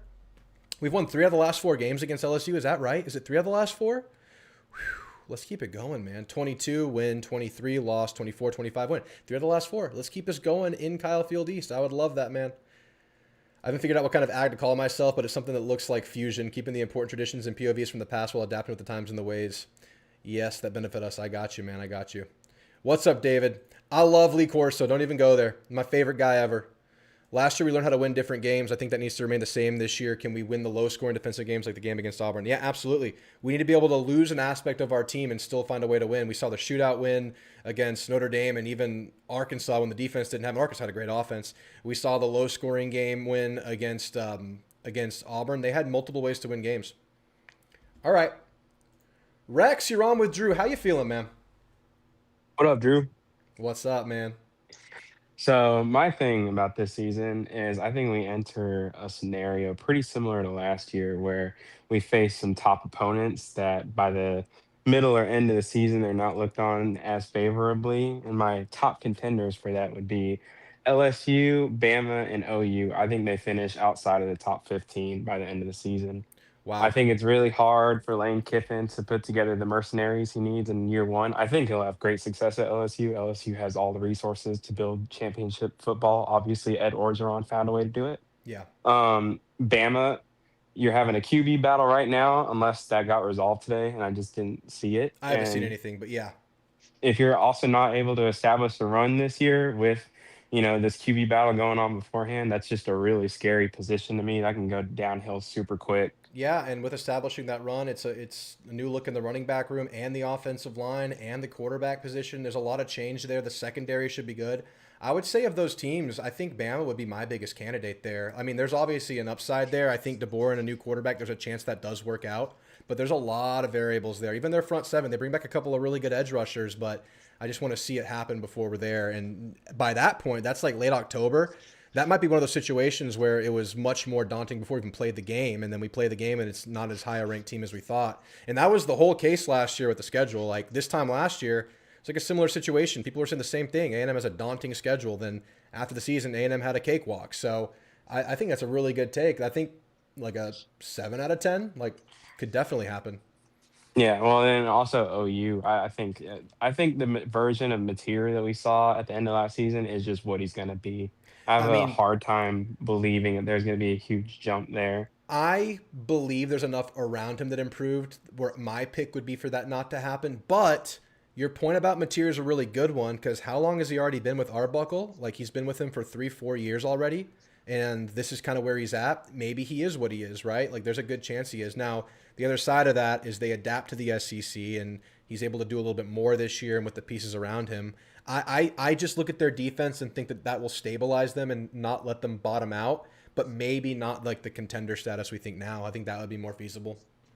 I agree. I think the defense will carry them a lot. That's what held them last year, but I think that's also what kept them in those one-score games, and they could have easily, Oh, yeah. went the other way. So I'm 100%. thinking that's what happens to them, really. And then the thing with Bama about Kalen DeBoer, it's kind of a question I have that not a whole lot of talking heads are talking about right now, and that we have an idea of what the player situation is like in the NIL era, where you need to recruit and find transfer portal players as well. And the best coaches in the game right now are able to do both simultaneously. Yep. But whenever you have a team like Bama that has the expectation of winning 10 games, we have like 6 teams in the SEC. They're all expecting to win 10 games. Yeah. Mathematically, it ain't going to happen. Mm-hmm. So how do you see the expectations of coaches evolving on, if God forbid Mike Elko goes 8-4 the next 3 years, but not to really any fault of his own. It's just circumstances of playing an SEC slate in this modern era. Like, Yeah. are we booting him? Are we keeping him? Like, I think if you're looking at it just logically and factually, 8-4 is better than it's ever been. 9-3 is better than it's ever been. 10-2 is amazing. But there is going to be a feel lag, like a lag in the way it feels from a fan base perspective. And I really don't think the structure of the season right now that they've done particularly matches the playoff structure with so many spots reserved for automatic bids. I don't think it's going to bode well, even though you could look on paper and say, look, these are really good teams we're playing, really good teams we lost to. We're competitive in all these games. We're going the right direction. But at the end of the day, people are going to see 8-4 and feel bad about it. So I think internally they might evaluate it differently than the fan base perspective. And it's so like donor and NIL funded and pushed that there might be real repercussions for it that are, that where the fan base perspective does matter and comes into play. So I don't think they're going to match. I think there's going to be a misalignment there between what reality is and what the perception is. It's a really good point. Yeah. All right. Well, that's all I had to talk about. Yeah. All right, man. Great call, Rex. I appreciate it. Yeah, no problem. See you, man. Have a great night, man. Oh, man. It is tough out there. It's going to be so crazy with this 9-game slate, man. Anything else I need to read before we get into Tyler? All right. Tyler, you close us out of here, man. How we feeling? What are we calling you? A medium ag? You're not an old ag. You're not an Army. Can you hear me? Yeah, I got you. Yes, let's go. I'm telling you, man, updating that app was a godsend. So it's working now. We're smooth Closed now. out, swiped up on the YouTube app, so we're good to go. Love it, man. Dude, let's go, man. A lot of great calls. I listened to a few of them. Yeah, dude, okay. So I'll drop a few points before I drop my like season prediction. And I kind of like my last call a few days ago. I sort of took notes and I was like, "Oh, I didn't get to say this." That's just the type of person I am. No, Uh, yeah, all good. yeah, man. So like you're declaring, I didn't agree with that. I thought, he was going to be well, just the measurements and things like that. I think he would have been really great to return, and it would have benefited him. I have a But lot who of thoughts knows? I on mean, that. maybe he turns out to like. It looks like he's already. Is it with Denver? He's already made some snaps and some practice team reps. Sure. Um, Having said that, the misfits that I rewatched against Texas and Miami, and again, I don't know the assignments that were given, but he is the green dot. Mm-hmm. And it doesn't all come back on him, but the Fletcher run, the Archman, I don't know if there's the Archmanning, but just things like you're just misfits, like you're shading the shoulder, the side that you already have help on. So whether that's TO or whether that's the D lineman, somebody is not. You're already helping the side that you have help on, so you shouldn't be shooting that gap. Or the D tackle is shooting the wrong shoulder of the guard. You know what I mean? So it's hard to figure out what went wrong. But I at time there was a moment where I thought, is Elko's defense as hard as Jim or complicated yet effective as Jimbo's offense? I don't think so, but I do think it's almost professional. And if you listen to, well, it just from the eye test, but I went and watched the Colorado transfer we got. Byard. Yeah, I watched his his training YouTube video, and they asked him what's it like what's Elko's defense like, and he was like, man, it's hard. And then he said, well, it's not hard, but it's like it's legit, like it's more it's like it's better than or more complex than some of these NFL offenses. And I think it's very particularly complex for the safeties with all the split field stuff they do, the way they're kind of interchangeable out there. I think the safeties have to cover a ton of playbook ground. Dude, it's so interesting, and the more I listen, the more I dive into it, and it's totally fair because if you once you figure it out, and by the way, obviously we have that type of season secondary to take advantage of that. However, the front seven is where I had my concern with last year, and obviously with the losses that the two losses that we amounted, which had to do to me with the interior defensive lineman and the linebacker communication and gap fitting. The the safety missed tackles is just that's unfortunate. That sucks, right? They got to make that, but it didn't start there. So to me, Dalton Brooks missing on Arch Manning's rushing touchdown, that wasn't totally on Dalton Brooks. To me, it was on just the misfit. Yeah, there's situations where either could be to blame. I would say, like, if they're playing cover 4 and you have a safety playing up and the outside gap is his and he just takes a bad angle, that's on the safety. But the stuff you're describing, I think, is happening way earlier. I agree with you, man. I think there were some linebacker mistakes last year. One thing about Torian physically, like, if he was wrong, he was punished. Like, if he was a half step wrong, he was out of the play because he just couldn't make up ground. He wasn't a ground cover. I think he did a lot of good things, but I just think that you were specifically punished if he took a bad step. And I hope he's doing great in the NFL. I love the kind of Aggie he was. We love Torian, but it's just a physical fact of the linebacker crew last year. Of course. And of course, Sanford made some huge plays, but he made some mistakes too. He was a young player out there for the first time, so he made his share of mistakes. So and the ones at the D tackle, those were unfortunate to see. That's where you just have to be solid, and we hope we're better there this year. I don't know. like, I don't know if I'm willing to go as far as say like Green Dot Communication was responsible. I think Torian has a good reputation on that regard. I don't know if I've seen enough to say that, but I do think that we were very punished for mistakes. We were young at linebacker outside of Torian, and there were some D-tackle mistakes that punished. Yeah, and was specifically with Arch's rushing touchdown. How much of that do you attribute to misfits specifically from D-line, linebacker communication, and performance versus Elko just being outcoached? Yeah, I think I don't know if he was completely outcoached, but I think that Sark attacked our weaknesses really well. I think he saw that we were prone to making the exact mistakes you're describing, and he leaned on that the entire game. Like, he would go imbalanced to the field side, run to the short side where there's just less traffic and less money, and made our guys be right, and we were wrong too often. Yeah. And He knew where we would overflow. Yes, and the safeties, you could see the safeties completely selling out for the bunch side. You could see, maybe the safety on the short side, on the boundary side was maybe like center high, like above the center, and there was just ultimate leverage to go that way. And it's less room, less field, and you're running outside runs that way, but if A&M's wrong, there is space there, and they just leaned on that. I don't remember the play in particular, the ins and outs of that specific play, so I can't comment on it. I remember watching it a couple months ago and thinking along the lines that you were, where Brooks is going to be blamed, but I feel like something else happened. I can't speak on it. I don't remember off the top of my head. Sure. Yeah, no, sure.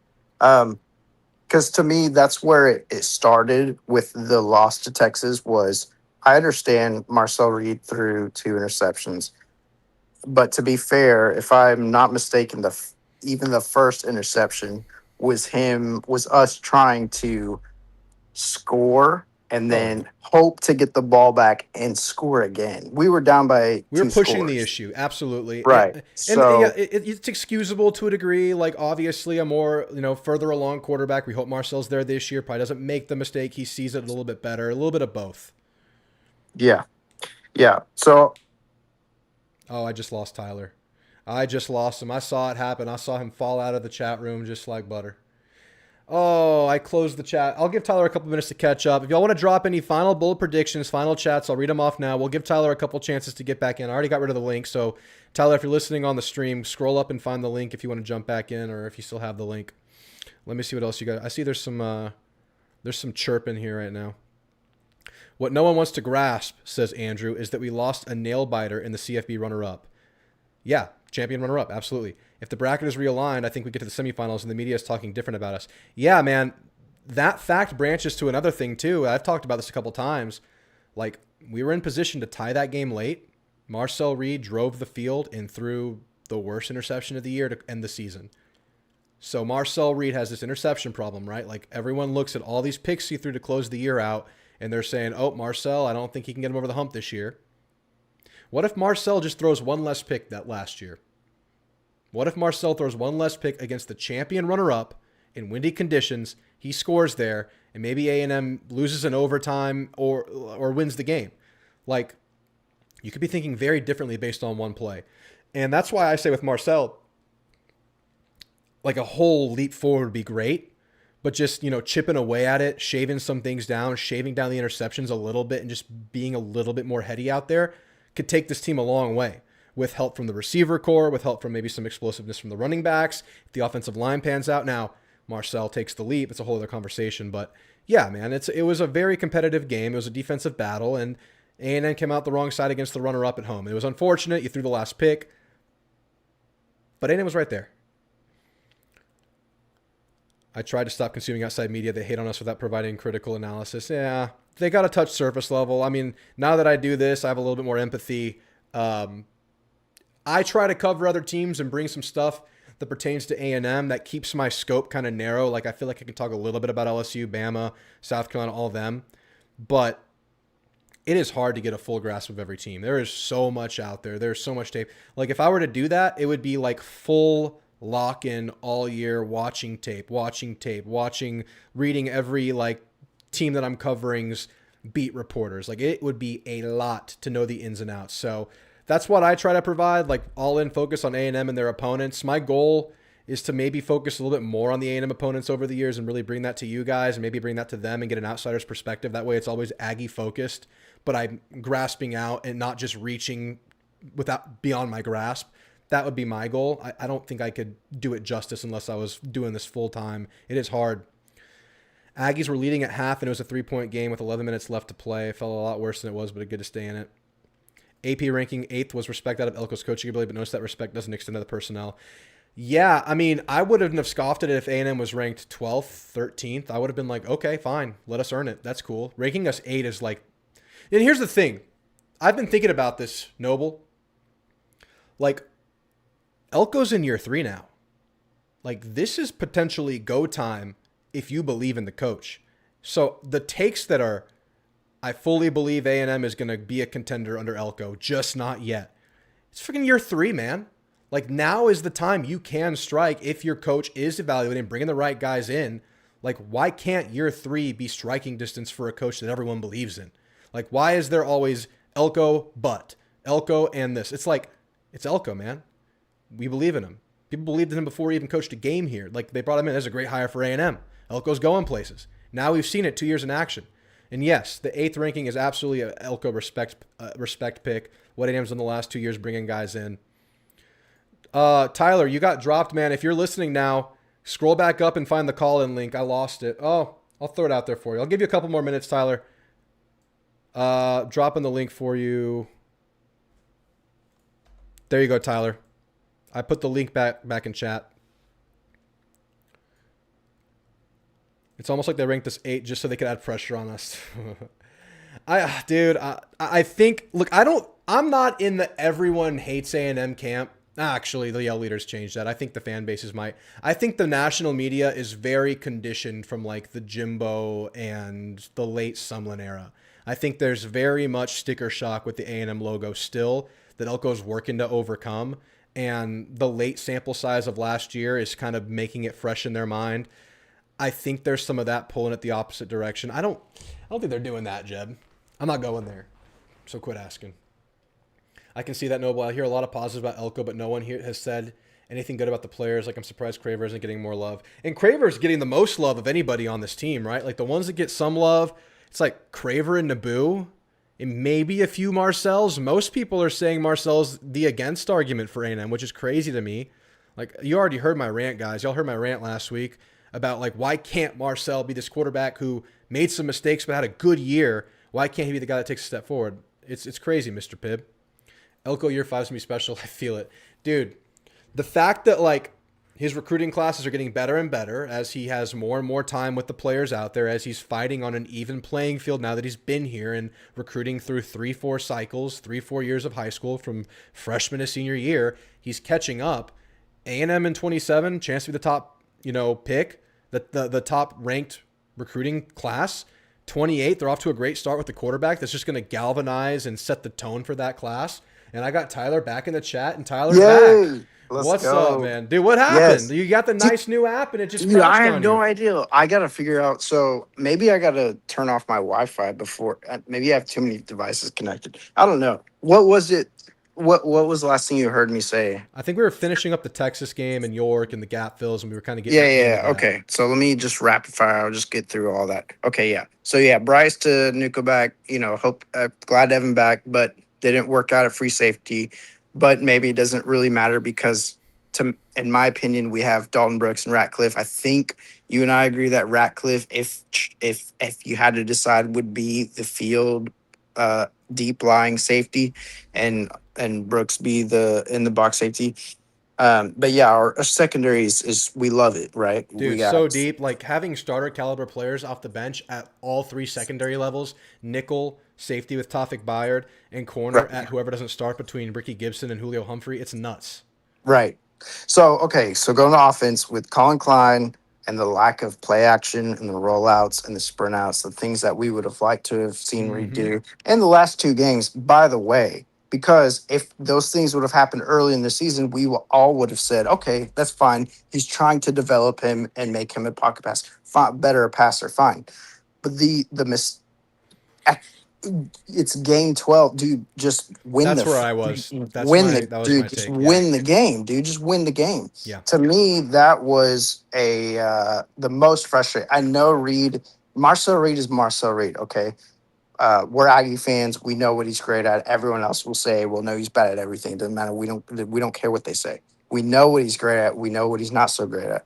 What he's great at is what would have been exploited if the right scheme, the right plays were called. And it's not, I don't really like saying play call, but just how many RPOs and rollouts did we in play actions did we see against Texas and Miami? Little to none. Not enough. So it's very upsetting to me because and you know how important this was to me and obviously to everyone, all Aggie fans, and to you with the Texas game is I felt very good because I was like, well, I know what we have, and surely we're going to exhaust that against at the very end of the season, the most important games, and it just didn't happen. Yep. And so we made him a drop back passer. We made him take 5 steps.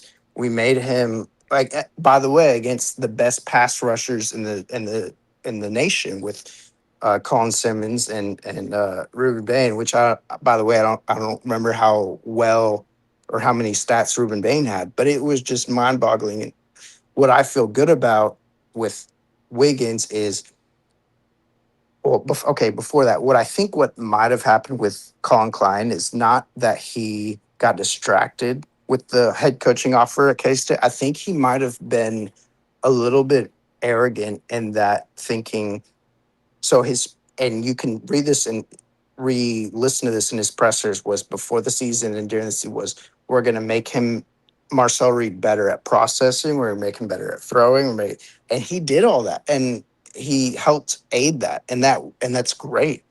But towards the end of the season, I think he may have gotten that offer and was like, this is why I was offered, because I made Marcel Reed, of all people, throw like this, which I know the statistically, but still, Marcel Reed was better as a pocket passer thus far, and I got this offer. So let me double down on this. I think that might be what happened a little bit. And I can't, because I'm just searching. I'm like, why would you not use his strengths I think I against? like that explanation more than he was checked out or whatever. Yeah, I think I like that more. I think that's what happened. And it's hard to explain it. So I'm like, I don't know if I would go there, but I'm okay with it. Yeah, so I think that's what happened. So that's what I am confident and excited about with Holman Wiggins is because he doesn't have skins on the wall. He knows he's a first-time play caller, but he does have the best goddamn resume you could ask for a first-time play caller. Yeah. And by the way, you're doing it with a returning quarterback. So if you're going to do it, this is the time to do it, and this is the best person to do it with. So with a great defense on the other side, with a defensive mind around you to support that side of the football. You said it. I'm all for it. So this is the best time to do it. However, I totally agree with what you said earlier is how is he going to handle the in-game decision making? How is he going to handle whenever he gets punched in the mouth? It doesn't work out. How is he going to transition? We're going to have to find out. We're going to find out. The good news is we've got all until November until our, technically our hardest game. I think we will. I'll give you my prediction here in a second. But our easiest games are in front of us for the most part. So, I don't think CK was distracted. I just think he doubled down on what he thought got him the job offer. Yeah. And I think that sort of was our downfall, which is really, really unfortunate because of what we had, the veteran O-line, Cashius Howell, the pieces we had. But, man, that's football, There's so many – how many programs besides us are saying those same things about whatever year that they almost had it. So that's just the way it is. You said Joe Moore Award finalist. Someone threw that one out there. That was a bold take out there. Well, but you said if that happens, then you think Natty appearance. Is that right? I think Natty contender. If this is a Joe Moore offensive line, the biggest question I have on the team, yeah, I think so, because that means the run game is there. That means the passing game is enhanced. You can do a lot more things. Right. I just feel like that answers the biggest question. But does that also mean that Holman Wiggins is doing his shit because it'll make it easier? It'll give him a better chance of doing it, I would say. Yeah, but were we not a Joe Moore finalist towards the end of the season last season? Were we not?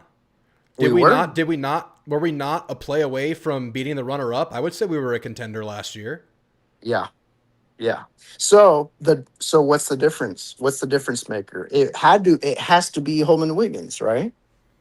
I think I think the receiver room could be more diverse and enhanced. I think Marcel's going to be improved. Yeah. I think there's a lot of things that could, if that Joe Moore thing happens, I think the pieces around him, there's a lot of things that have stepped up. I just think the offensive line just being in the center of everything for your offense can be a big downfall. So it's that big of a swing piece in my mind.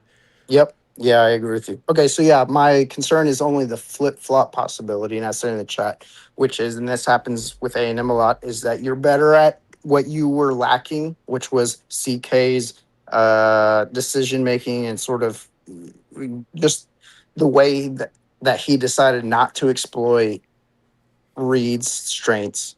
To me, that's what lost us the games.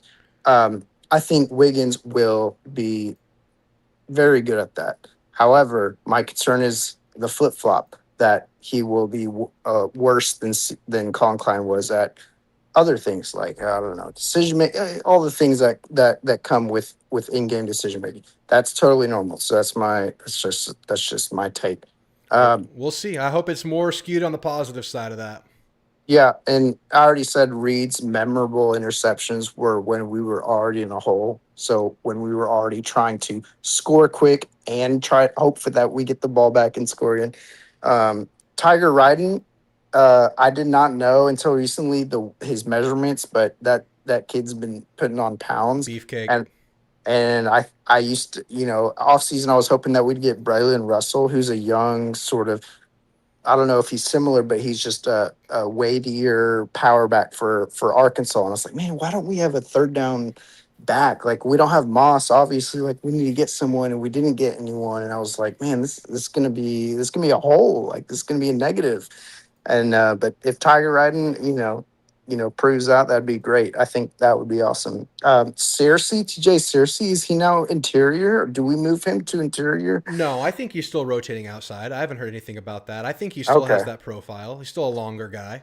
Okay. And then D-line in general, we had obviously Cashius Howell, but who did we have opposite of him last season? It was a rotation. I think Searcy started. And then on third down, they would go Hayes. They would occasionally go Kennedy. That was what they kind of did. And I really don't know who they're going to start this year. It could still be like either Saka, Jones, and Searcy, or they could just go Saka, Jones. I really don't know who's going to start at D-line, but I believe those three are going to all get starter caliber reps. And I definitely think we'll see the two more edge guys in Saka and Jones on third downs. I think so too, but I've heard a lot of Searcy to 3-tech. Really? So, yeah. That'd be interesting. That'd be really light, though, if you go, because Hicks has dropped weight. He's like 293 now. So if it's not, if I hadn't heard that, so I don't know. If you were to play in a conventional, which this is kind of almost rare, but no, everything's fluid. In a 4D line down lineman, you got Hicks. Who's your other guy? Isn't it Mims? Yeah, that's who I picked. Someone else asked that earlier. I think Mims starts, but I think you'll see a heavy dose of Rink and McCollum, and then just a sprinkle of the rest of the room will come in now and then. I think you'll rotate more than you did last year.